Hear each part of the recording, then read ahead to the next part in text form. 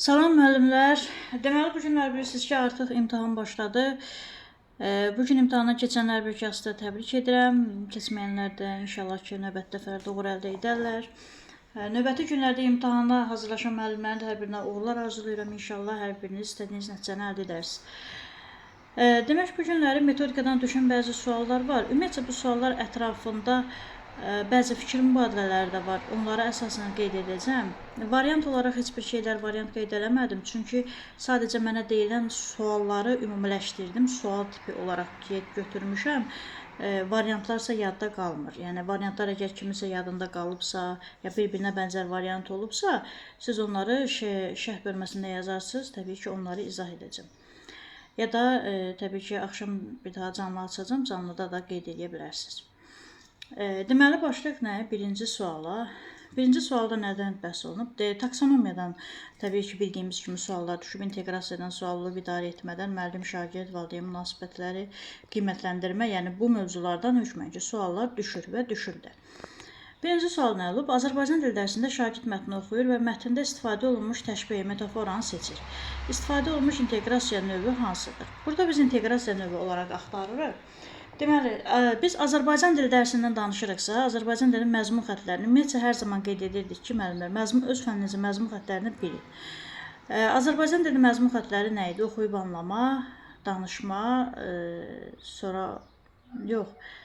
dinləyib anlama, danışma, oxu, yazı, dil qaydaları.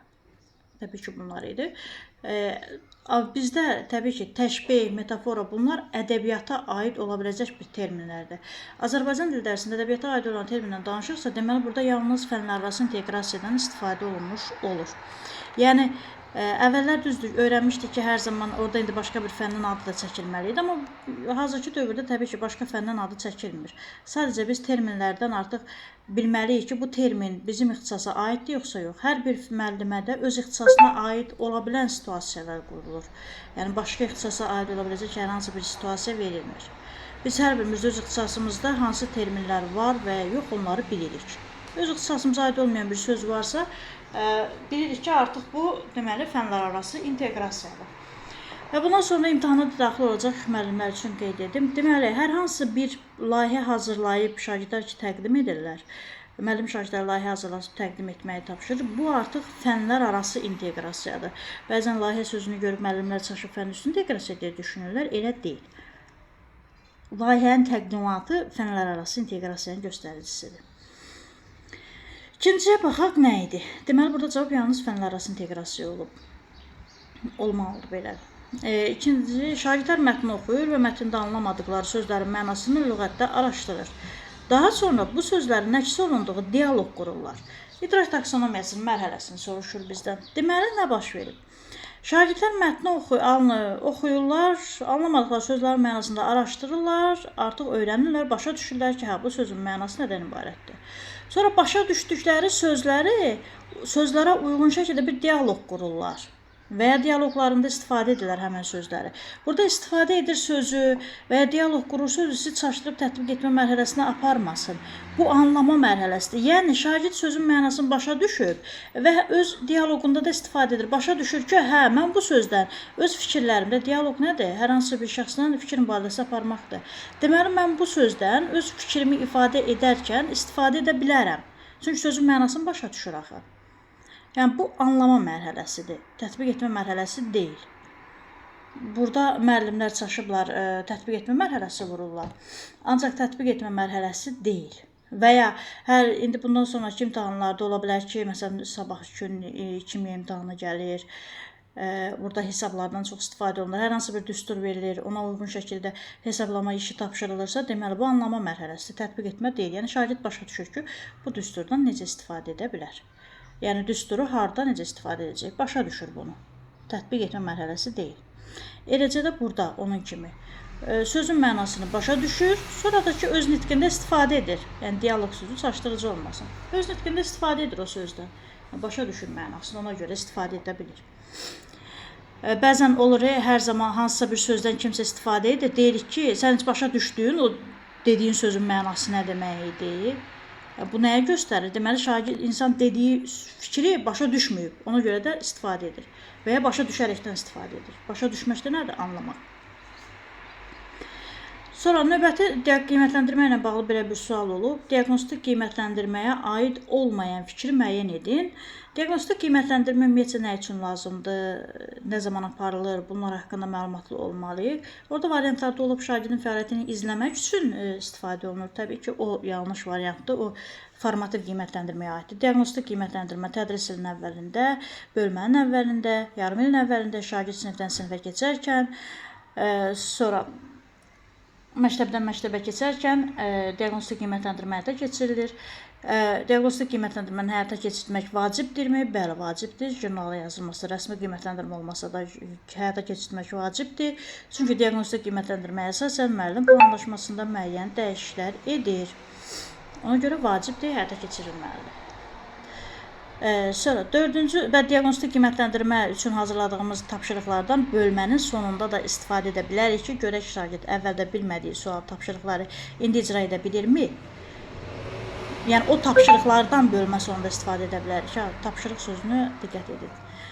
Sonra dördüncü nə olub? Sual. Deməli, belə bir fikir olub, situasiya sualı olub ki, şagird müəllimə mənfi rəy verir. Belə bir situasiyada müəllim olaraq nə edərdiniz? Təxmini belə bir sual olub. Bu sualı mən yəni mahiyyət olaraq belə qeyd edilər. Mən də ona uyğun şəkildə bir situasiya testi hazırladım burada. Yəni indi gedişat təbii ki, o imtahanda düşən formada olmasa da belə mahiyyət belə olub ki, şagird dərsin sonunda müəllimə deyir. Dərsdə izahlarınız bəzən çox sürətli olur və mövzunu tam başa düşmürəm. Yəni şagirdin müəllimə dediyi rəy mənfi rəy. Müəllim bu rəyi mənfi qəbul etsə də peşəkar yanaşma nümayiş etdirmək istəyir. Müəllim olaraq ən doğru davranış hansıdır?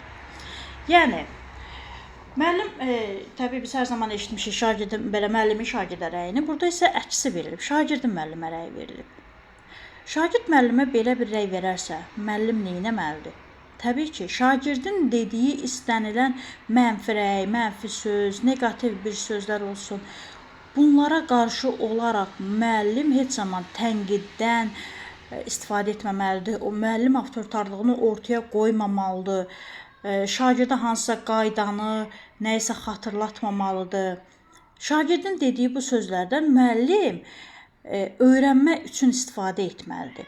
Yəni, müəllim şagird müəllimə rəy verib, çox gözəl. Müəllim rəyi qəbul edir, mənfiliklər nədən ibarətdir, şagird üçün anlaşılmayan hissələr nədir və bunları başlayır araşdırmağa ki, yəni nəyi başa düşmüsünüz, nəyi başa düşməmsən, yəni niyə sənin üçün yəni bu mənfi rəy vermək, niyə bu rəyi verdin? Necə olsaydı bunu etməzdin və s. və axırda, yəni şagirdin əslində mənfi rəyini müəllim öz fəaliyyətində nəyisə düzəltmək məqsədi ilə istifadə edə bilər. Belə situasiyaların cavabında o tipli bir cavab axtarırıq.